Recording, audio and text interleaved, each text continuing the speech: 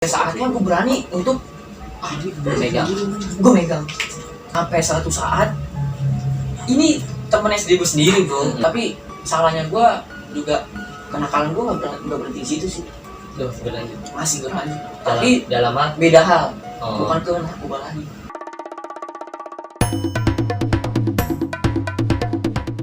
Kalau lu dari narkoboy beda ke Lebih ke adrenalin remaja naik. Lebih ke emosi tak terkendali. Emosi yang sangat tidak penting sih kalau kata gue sekarang. Jadi anaknya sih itu. Jadi gue beralih ke masalah berantem tawuran lah ya. Dan anak remaja biasanya sering ngelakuin tawuran segala macam. Nah gue udah lama nih sebenarnya nggak pernah tawuran lagi semenjak gue SMP. Jadi gue ceritain dulu ya kalau yang gue kenal tawuran gimana nih. Lo kenal tawuran pas kapan? Kenal tawuran? Jujur gue kenal tawuran pas gue SMP. Dua SMP. Itu menurut gue juga udah paling culun lah gue. Di SMP gue dulu kelas 1 gue diantar jemput dulu sama bokap gue naik motor suka yang bisa ngambang di air.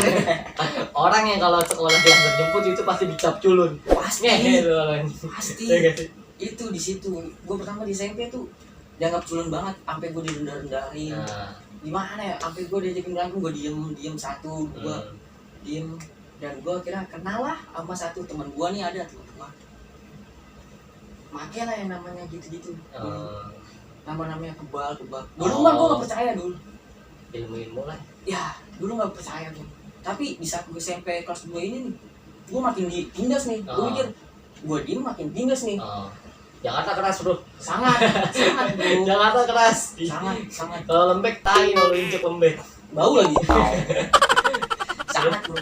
Akhirnya disitulah gue ini nyoba hal kayak gitu. Boleh lah, tergoda, boleh lah nyoba sekali. Masang ke gurunya dia lah, ada di satu tempat. Gue nyoba masang. Di situ rasa pede gue mulai naik. Rasa percaya diri. Mulai tinggi di SMP. Ada orang ngajakin berantem, gue yakin di situ. Tapi emang terbukti.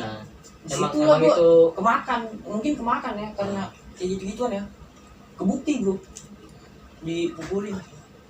Gue berasa dipukul tapi nggak kenapa-napa. Nggak mau mandi. Itu gue bingung. Di situ gue bingung. Karena gue, hebat nih, gue makin hebat nih mungkin. Ya. Makin keren aja. Di situ gue baru ada nama di SMP gue. Baru lo kayak dipanggil. Diajak nongkrong. Ya, diajak nongkrong kelas 2 baru gue nggak diantar jemput. Diajak nongkrong, tawuran. Di tawuran SMP pun itu adalah ternyata sangkatan gue juga ada yang masang gitu ya kan. Di situ gue juga buktiin. Gue tantangin malah bro yang masang gitu. Lu masang, ya. Sama gue juga. Ayo kita buktiin di jalur. Kayak gitu apa gue. Sombongnya gue dulu. Aduh.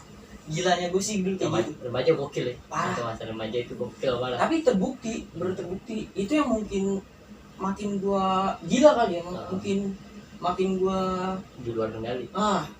Gila kan. Makin gue dibacok gak kenapa-napa. Gue pernah ngerasain kayak gitu. Sampai gue pernah dikelilingin sama segerombolan. Bener-bener dikelilingin. Dan gue naik motor di situ. Keadaan berdua sama saudara gue belakang. Saksinya masih hidup sekarang. Lu dikelilingin itu sama orang. Dan itu bukan masalah gue, karena masalah teman gue. Gue ngebelain teman gue. Dikelilingin pas masang kayak gitu. Bener-bener diberhentiin, dibacok bro. Bacok dari samping itu gue ngeliat banget. Cepret. Lu nggak ngapa-ngapain? Gue nengok dong. Masih gue bacok, pertama gue nengok dong. Karena gue belum tahu nih gue kenapa-napa apa enggak nih. Nengok, baju gue udah sobek dong. Situ gue makin pede, makin gila gue. Diri gue ngawang, sampai kayak gitu gue, sampai berani ngantangin orang. Orang padahal banyak di situ. Banyak. Saksinya saudara gue. Saksinya sendiri saudara gue.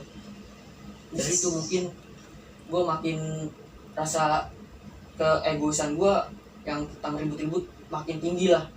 Di situ gue sampai suatu saat, sampai sekarang nih gue diajakin lagi, dikontak lagi sama teman gue. Lo mungkin udah lama nggak ngelakuin hal itu. Udah lama gue hal-hal yang kayak gitu pun gue tinggalin. Hal yang namanya masang harus ritual ini gitu. Udah gue nggak pernah lakuin. Karena sempet kejadian yang lo bilang dulu, barang-barang lo itu dibuang semua. Dibuang. Simpen-simpenan lo kayak barang entah topi entah segala macam kayak lo bilang. Sama nyokap gue sendiri itu ketahuan ketahuan dan dibuang semua.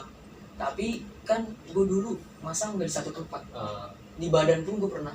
lu berarti nggak cuma kayak di gesper atau di Enggak di benda atau doang, di itu apa gila gitu. karena gue mungkin dulu gila ya. Pertama emang di benda pula, Eh, di benda, tapi gue merasa gak puas, rasa kurang lah. masa keluar minta lagi, sampai akhirnya gue di badan berani. Dan suatu saat udah lama gue nggak pernah Ngelakuin hal itu nggak pernah namanya ritual atau apalah dulu yang hal. kan ada syarat-syarat yang harus dilakuin kan. Dan gue dikontak sama temen gue nih, ini mau ribut nih gini. Baru-baru ini 2 bulan yang lalu atau sebulan yang lalu lah. Mas apa gue bilang gitu kan. Ada sama kampung ini lah, kampung ini. Oh ya udah, gue bilang lu aja, gue enggak. Gue udah males gini. Lah ayolah, gue dikompor-komporin. Ayolah, masa Pancing ini terus lah pokoknya lu. kampungan lu pengen di kampung, pengen dimasukin nih gini. Ya udah lu aja, gue enggak. Gue udah males gini. Sampai satu titik gue ditunjukin cetanya, anak kampung sebelah tuh ngechat nama gue sendiri, nyari gue, ngebawa nama lu lah. ngebawa nama gue, mana yang namanya Helmi itu, gini. Gue tunjukin chatnya, situ lah gue pancing emosi lagi. Lo kenal lagi di situ. Kenal lagi gue situ. Oke, gue bilang oke, gue datang. Asik. Oke, gue Pede. dengan PD, dengan terbawa alkohol. PD lah, gue datang nongkrong biasa, pertama ngumpul nunggu anak-anak dulu lah biasa. Briefing lah. Briefing. Dua nanti kita nyerang lewat sini ya bro.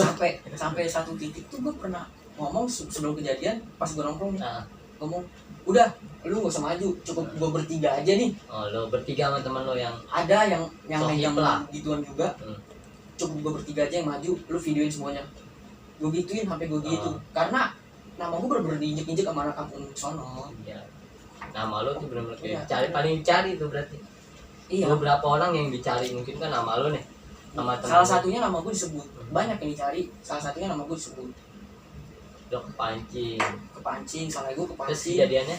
kejadiannya di sini bro, nggak jauh lah dari sini. Nggak jauh. Kejadiannya gimana? Nah itu kontak lah dia, udah nyampe nih, video call ya. Udah kampungan lu nih. Oke, gue keluar kan. Salahnya gue anak situ ternyata megang BR cuma satu bro. Nggak bawa persiapan lah. Nggak bawa persiapan ternyata. Gue nggak tahu. Gue kira persiapan udah banyak. Gue megang satu. Ternyata BR cuma satu-satunya itu doang yang gue pegang. Gue maju lah lari sendiri ya. Anak-anak gue udah ngerakin, Mi, jangan. Jangan nafsu lah, Mi. Jangan nafsu. Kata gue bodo amat. Sendiri. Masih sendiri, gue masih pede. Ketemu lah nih satu orang sama gue pas-pasan. Tos-tosan. Gue tantangin satu-satu. Nggak berani, yang satu mundur. Ada ternyata orang gila dia muncul di belakang ya. Lari, deketin gue bilang, lu sini maju, gue bilang, maju. Berani maju ternyata dia. Baca banget. Cepet, gue baca nggak kenapa-napa bro. Sama-sama lah. Di situ gue mulai gentar sebenarnya. Lo udah down parah. Udah down parah karena gue udah lama nggak ngalamin itu. Udah semenjak mungkin itu udah hilang kali pikir ya, pikir gue udah nggak ada apa-apa. Gue bacok tuh orang nggak kenapa-napa. Gantian dia bacok gue, refleks tangan gue nakis gini. Cepet. Biasa nepis lu ya. Bukan biasa nakis karena pala yang gitu bro. Gue refleks namanya. Lu pengen dipukul sama orang juga refleks nakis ya. Nakis, sobek sweater gue. Gue ngeliat dulu nih, sobek. Gue ngedon dari kiri tuh ada lagi, ngincer lagi, gue tangis lagi, sobek lagi. Lu dihantemin. Gue udah ngedon, gue muter balik dong. Kabur lah. Gue ngeliat dari siapa samping gue bro. Muter balik, kabur, gue ngasih biaya ke temen gue. Si ada lah anaknya itu namanya. Temen gue, yang orang gila juga. Sini dia maju, dia sendirian bro. Lo belakang tuh ngecek kondisinya. Gue sempet ngecek kondisi gue. Belum, nggak kenapa-napa. Di situ mungkin, gue mungkin terbakar lagi ya, yang dulu rasa gue yang pernah hilang gue terbakar lagi nih, emosi gue ngeliat temen gue di situ udah jatuh bangun. Sendirian, bener-bener sendiri. Jatuh bangun, gue lagi ke depan, gue nggak megang apa-apa bro. Jadi lu tangan kosong bener-bener tos-tosan. Niatnya aku pengen nubruk. Lu pengen tubruk, blok. Tapi salah teknis. Sip, gue lari, ternyata tuh orang gak takut. Salah timing ya. Ternyata tuh orang gak takut ya. Dibacok lagi kepala gue. Cepret, di situ gue jatuh. Berarti pas kejadian awal pala. gue jatuh, gue udah nggak sanggup tuh. Gue bilang gue udah bangun, gue lari lagi ke belakang, timpa lagi sini gue, belakang gue, belakang badan gue timpa. Di situ gue langsung bangun, di situ gue pengen mati gue. Baru dibacokin, gue dibacokin, gue udah pasrah di situ. Kata gue mungkin gue mati nih sampai sini doang, cepet. Sampai gue dibangunin, gue nggak sanggup bangun karena gue ngeliat darah gue di badan gue tuh semua darah. Di situ lah gue, aduh, penuh darah badan. ngapain gue ngelakuin hal-hal kayak gini? Gue ngelakuin hal bodoh di masa lalu gitu kan. Di masa lalu ngapain gue ulang lagi? Di situ sih pelajaran gue. Di balik lo kayak gini juga sebenarnya lo punya prestasi ya. Bener sih. Lo nggak cuma bisa nakal doang ternyata. Gue ngelakuin hal ini. Gue mandangnya awalnya ini orang nakal doang gitu. Ternyata lo punya prestasi yang bisa dibilang orang nih susah nih. Gue bahkan pun gue nih yang baru pas ngelakuin hal itu cuma sebulan gue lo bisa ngelakuin kebiasaan itu. Lo punya prestasi yang wah lah nih. Sejak kapan gitu lo bisa punya kesukaan terhadap silat? Itu sih pas kalau kata nyokap bokap dan keluarga ya, gue dari kecil emang suka gitu sendiri, sendiri. Anak-anak kecil gimana sih? Iya, imajinasinya lah. Pas lah di SMP gue ada ekskul ini nih. Ekskul silat. Gue masuk di ekskul silat situ, gue masuk latihan naik apa namanya, naik tingkat, naik sabuk di luar kota. Pas pertama kenaikan sabuk di situ gue se-Jakarta semua pencaksilat, bukan semua pencaksilat sih. Lu semua sih? SMP. Lu sih kalau lu pencaksilat kan ada banyak. Gua KPS Nusantara. KPS Nusantara. Satu perguruan KPS Nusantara seluruh Jakarta SMP tuh. Di situ semua di Bogor waktu itu gua. Latihan kenaikan sabuk. Jadi kenaikan sabuk itu ada prestasinya juga. Ya. Kenaikan terbaik itu dipanggil langsung sama yang tingginya, maksudnya sama guru tertingginya. Langsung dipanggil dan gue di situ dapet. Lo dipanggil. Lo datang di situ lo sendiri apa? Lo doang apa orang tua? Gue doang, orang tua nggak ikut. Jadi gue wakilin sekolah gue SMP. Lo tuh murid terbaik di sekolah ini. Apa? Murid terbaik se-Jakarta. Berapa orang yang dipilih? 3 orang. Dari ratusan orang. Oke. Lo abis itu lo lanjut. Lo tetap dan mau gue yang lanjutin pertama. itu. Lo jual ibaratnya ranking 1. Nah dari situ lah guru di SMP gue ngeliat gue ada bakat. Mulai gue dimasukin ke kejuaraan. Kejuaraan pertama gue ikut di satu sekolahan, sekolah mana gue lupa waktu itu, SMP. Antar sekolah atau sekecamatan? Antar sekolah. Jakarta. Enggak, ada sekolah yang ngajakin kompetisi, ada yang bikin kompetisi. Bukan se-Jakarta, bisa bilang mana ya? Ini yang Jakarta Timur. Nah, ya se-Jakarta Timur. Di situ tapi gue nggak juara yang pertama, karena gue baru pelajarin sampai dikit. Baru masuk. Gue baru masuk langsung diikuti lomba. Tapi gue nggak juara pun, gue dipanggil. Disanjung lah. Dipanggil sama guru tinggi, ikut foto-foto sama orang yang juara, ikut megang piala. Padahal gue nggak juara sama sekali. Dari 1 sampai 3 nggak sampai juara gue. Dari situ guru gue juga ngeliat mungkin ada dinaikin lagi lah gue tingkatnya. Kejuaraan se-Jakarta di Taman Mini, gor terbesar pencaksilat mungkin ya, kalau gue nggak salah. Coba kalau ini dicek lah. Udah ikut lomba lagi di situ. Itu sparring. Waktu itu kan gue keseniannya, maksudnya yang narik-nariknya ibaratnya. Ada gerakan-gerakannya. Ada yang bela diri, ada yang gerak-gerakannya seninya. Nah, gue di situ yang kedua, gue ikut yang sparringnya, yang berantemnya. Dan di situ gue juara 1 se-Jakarta. Dapat penghargaan. Dapat penghargaan di situ, juara 1 se-Jakarta. Lo bisa tapi lo terusin nggak pas terlalu ini kan SMP SMA sayangnya sih gue nggak terusin. Mungkin jadi atlet kalau lo terusin karena ada 1 dan 2 masalah sih. Karena lo mungkin ada hal-hal yang nggak terduga kan. Apa emang lo kadang kan kayak lo ngelakuin silat tuh, kayak silat lo nggak jenuh nggak sih? Kayak orang nih hobinya futsal nih, kadang dia juga ada rasa jenuhnya tuh, dia main futsal segala macam. Gue sih sebenarnya gue silat itu nggak jenuh karena gue suka. Lo benar-benar kayak cinta lah ya. Karena gue suka bro, suka dari gerakannya, dari cara berantemnya gue suka. Ya, bener. Tapi karena ada cowok nih karena ada satu dan dua masalah yang nggak bisa gue lanjutin ke situ, akhirnya gue nggak ikut lagi silat. Sayang banget sih itu. di balik masa kelam pasti ada prestasi. Pasti sih semua Ya, jangan cuma Jadi- ngelakuin hal buruk, hal positif juga harus dilakuin ya. dan buat semua orang juga nggak bisa ngejudge orang dengan seenaknya, dengan karena dia melakukan hal buruk lu bisa ngejudge dia buruk, nggak bisa. Mungkin di balik itu dia pernah ngelakuin prestasinya gitu. Tuh, ya.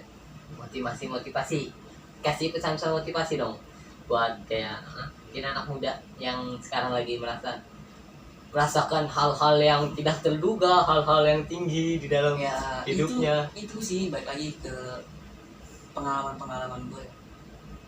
Anak-anak muda zaman sekarang jangan pernah ngikutin ambisi dan ego, Harus bisa terkendali. harus bisa lu kendaliin dengan pikiran-pikiran lu. Hal yang nggak penting dilakukan jangan dilakukan, itu sih. Jangan pernah melakukan hal yang nggak penting nih. Jangan, termasuk narkoba, tawuran-tawuran, nggak pernah, jangan. Dan gue pun nggak pernah mau ngelakuin itu lagi sih. Hari ini Helmi berjanji tidak akan melakukan hal-hal tersebut. Oke, Insya Allah, catat insya tanggalnya. Allah. Oke. Insya Allah ya. Ini thank you udah datang ya. Sama-sama, thank you. Udah, Lu bisa udah, diundang ke sini, thank you banget. udah bersih. Anjing gokil sih ceritanya. Ya, masa kelamnya ada, prestasinya ada, jarang bro. Ada orang kan kadang nimbang gitu, kayak nggak imbang gitu masa. Kayak dia ke kiri, dia ke kanan gitu kan. Kadang ada orang yang gimana gitu. Lo hal yang mungkin menjadi dibalik suatu keburukan pasti ada kebaikan.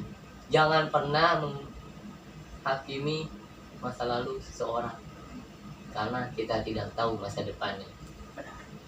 Thank you. Yoms, Ya, sama-sama. nih. Jangan lupa subscribe, Yuk, ini. like, dan komen. Thank you.